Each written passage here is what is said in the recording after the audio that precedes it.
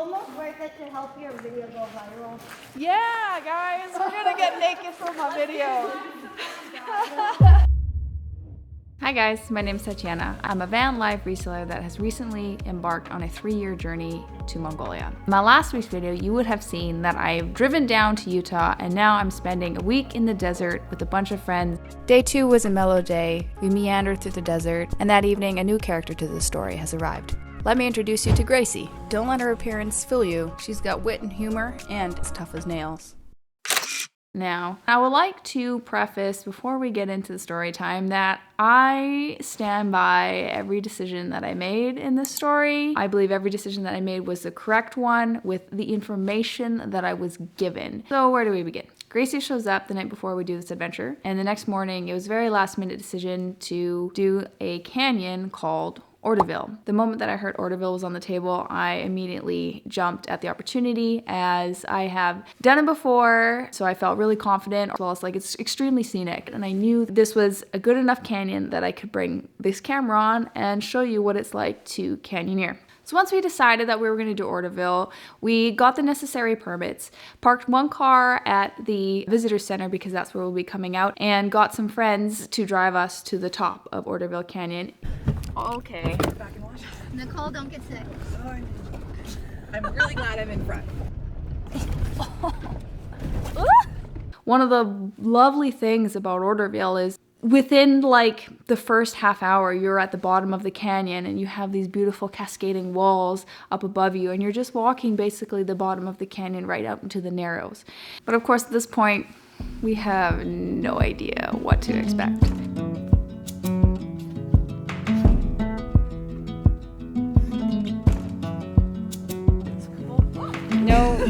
No falling. It's the coldest hand that run down this land where the ocean lands.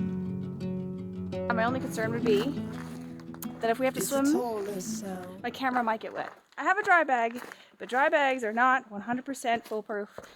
We're gonna find out real soon if bringing this camera was a really good idea or a really bad idea. It's only a 10-mile canyon if you cut off the 4x4 bit. If not, then it's a 12-mile hike. It's November, but it's also not a cold November. It's quite nice out. Multiple people that have done this canyon in November and say that there isn't a whole lot of water. So of course, we didn't pack for a whole lot of water. We brought neoprene boots, but that's about it. Oh, that's kind of nice. Everywhere you go, I'll be. Anywhere you go, I'll see. As we're continuing to walk, James sort of brings up the fact that if the canyon does happen to be more wet this year than previous years, there is a chance that we might have to undress. So there's a really good chance that we'll have to potentially undress today and go through the canyon. And if we do, I'm calling this video Naked and Afraid. Like I said, we didn't bring wetsuits, and I was okay with that. And I'm a really, really, really skeptical hiker, okay? And I was okay not bringing wetsuits. But there was that conversation had, if there is an unreasonably larger amount of water this year, there's a good chance that we're gonna have to take our clothes off, which makes sense. If you get your clothes wet and then you're walking in wet clothes in the cold, you run the risk of hypothermia. And so one way to avoid that, especially if you don't have wetsuits, is just to take your clothes off, keep them dry. Once you're done being all wet, put them back on, you have nice dry clothes. No problem. But we didn't really think we were gonna have to do that. No water. No water. We reach the first few down climbs and they happen to be dry, which is lovely, and it sort of builds the confidence in one another. I'm like, yeah, we can do this. Okay, we probably won't have to take our clothes off. That's no problem. Then we reach the point where you first get wet. And this part I expected. This part I knew. Remember, I've done this hike before. I knew that there was a point where we were going to have to at least get wet up to probably our waist a little bit, maybe a little bit more. James, are you pooping? Are you pooping? Right here. Coming over. Okay. We're reaching the water. Name of the game is to not drop the camera into the water. What are the I get naked today. It's a tallest sound. There's smallest crowd. And I truly would rather get naked and have dry clothes. Yeah, no, I would too. It's almost worth it to help your video go viral. Yeah, guys, we're gonna get naked for my video. Love and love is free. Stick with me and I will guarantee you're never lost among the crowd with me. Never lost among the crowd with me. The neoprene socks go on. Camera's going away. If we get naked, I promise to take the camera out again. My turn. Get wet. Okay. Sorry, we're not getting naked. Never put your hand on anything but all three ropes. Okay. And then get another person right here. Tap this like this and lower past.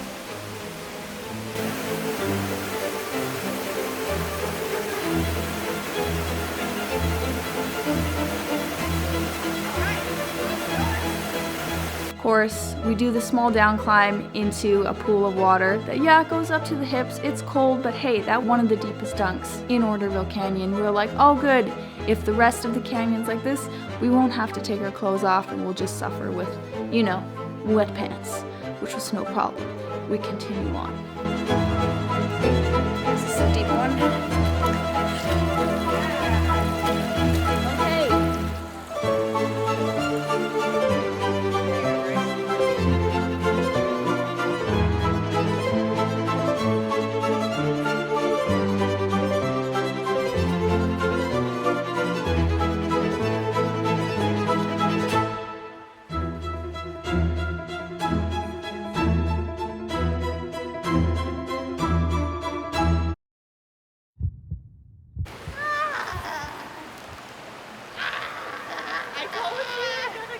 We might get naked. We come across a giant pool of water. One that's definitely deeper than my 5'4" self. We were gonna get naked after all. It looks real pretty. The more you try to stay dry, the wetter and colder you'll be. Okay. So of course, we proceed to make a plan of how to keep our packs and our clothes dry. Obviously we have dry bags to put all our clothes, but carrying around a wet pack is also no fun. James comes up with the idea of creating like a zip line situation using the rope to shuttle the bags to someone else that's on the other side. You got enough rope, I think we can shuttle packs. If somebody stands up here, one person gets across, we can shoot them. Okay. That rope should reach. And send it, so one person will get one, catch it, Yeah. and then hold it up here Yeah. and just put the rope through the handle pack. Yeah, and just bounce slide it. all the way down. 'Cause Okay. that's a bigger thing than your clothes is tackle. Can we just carabiner them on, or do we need to put them through? There's only one carabiner. I don't much feel like playing fetch. No. But at this angle, they'll slide. Okay. That's gonna be fun.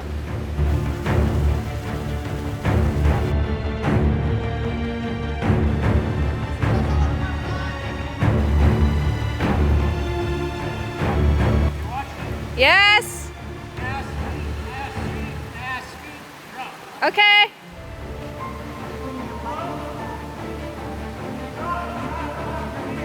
Do not lock your knees because it's shallow, and that's how you break an ankle. Oh, you did it. Okay, backpacks. Here you go. Okay.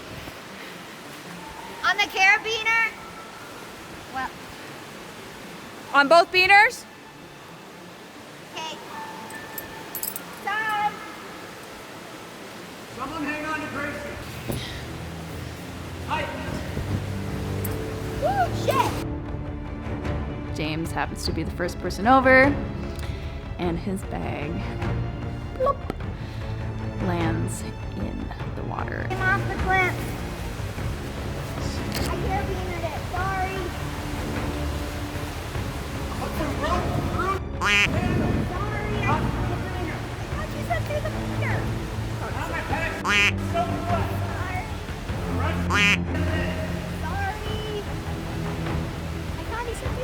I thought he said through the diener too. Like I thought he was like. I thought he put it on. Because he's like, oh, I do have a beanie. He got naked for nothing. We're not gonna get into it. He made it sound like he wanted his bag clipped into some carabiners. They weren't locking carabiners, by the way. Clipped into some carabiners and thrown down the rope.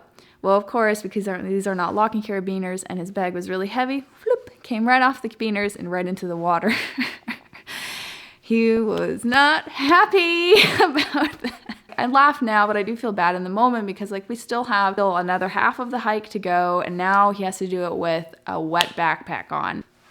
I decided I didn't need to get full naked. We had the neoprene boots on at this point. To take like the shoes, the neoprene boots, and the pants off, already really frustrating. My pants are already like wet up to past my knees. So I decided to leave my pants on and my bra on because, or at least I thought this was the only time that we were gonna have to get wet. I shuttled my bag down and I climbed down and jumped to the water, which yes, was over my head. And it was cold. Not as cold as it probably would have been in like January. Oof, I'm glad we took our clothes off. Finally, Gracie came down and we redressed into our clothes thinking that we've done all the water stuff for the day. I do find it hilariously ironic that he's the one that got totally naked. Yeah, and then all his clothes. I'm so sorry. It did. I'm glad too. You're really glad what? The camera made it. It's gonna, okay. I'm really glad it wasn't that big. Yeah. Long story short, we're starting to lose the light. We might miss the last shuttle, which means an extra 6-mile walkout if we miss the shuttle, which really sucks. We're also wet, which means if we don't keep moving to the car, hypothermia could happen. Like no one's injured or anything, but realistically, like if we're as wet as we are and we had miles to go and it was like 3 in the morning, there is higher probability and higher risk of like getting hypothermia and stuff. So it's something that you want to like be cognizant of, which we are, and that's why we're trying to hustle. 12 seconds later. So we're getting naked once again, but this time until we reach the Narrows, we're just going naked. We run into another giant puddle. The process to take off the clothes, put it in the dry bag, put it in the bag, put the bag on, get in, get out, it's so tedious, and you would waste so much time that even with your dry clothes, you probably run risk of getting hypothermia anyway because you're just taking so much time. So we just decide to everyone, let's just take off our clothes. Because we're crazy people. It's like, yeah, go swimming. In November, in a canyon. You know, are you really living otherwise? Okay, you're going into the bag, goodbye. Now we only get half undressed. Everyone keeps their pants on, okay? Like we weren't fully naked, but like we were topless. I knew James for a long time. I met Nicole years ago, but like we were, same with Gracie. Like I've met them like maybe once or twice in the past 7 years. So we got really close. Really quick. Yeah. But it was a necessary decision, and it's funny how survival sort of takes precedent over feeling uncomfortable with somebody. So we had no problem taking our shirts off, taking our bras off, stuffing it in our bag, and just like hopping into the next puddles. I ended up having to put my camera away, so a good portion of this you don't get to see, which is a little bit sad. But essentially after the first jump into the water, there was 4 more jumps into the water after that. So I'm really glad that we just decided to take our tops off all together, stick it in a dry bag, and just get through the canyon. And then the moment that we got to the Narrows, we could put our clothes back on. It just feels like needles. The camera lived. We are fucking cold. We are fucking cold. We are basically hypothermic, but we're almost out. I'm sorry I didn't have the GoPro because you missed one hell of an adventure. Basically imagine 3 topless girls and a topless dude jumping from waterfalls into the water. And I mean by jumping, I mean sliding. Really painfully slow. I have no dexterity in my hands. We're finally in the Narrows. We only have about a mile left before we hit the parking lot, so we're close. Yeah. Best day ever, right? Imagine that, but submerged to your neck with your shirt off. What? Were we naked? Sort of. Were we afraid? Not at all. I was afraid, I will admit. I was afraid that I was gonna drop my camera into the water, or that the dry bag that I had was gonna leak, because that has happened before. Like, I am so glad we did, because it ended up just being super funny. The classic misadventure. It was all in all good. There were moments where if we didn't hustle, or if one of us broke a leg, it could have been really bad. But like for me, it was a funny adventure. I've done way worse. I've been in way worse situations than that one. I don't regret any of it. And again, I don't regret any of the decisions that I made. I don't regret going on that hike. I don't wish I did things differently. It all panned out perfectly, and it made for a really funny story that we couldn't stop talking about.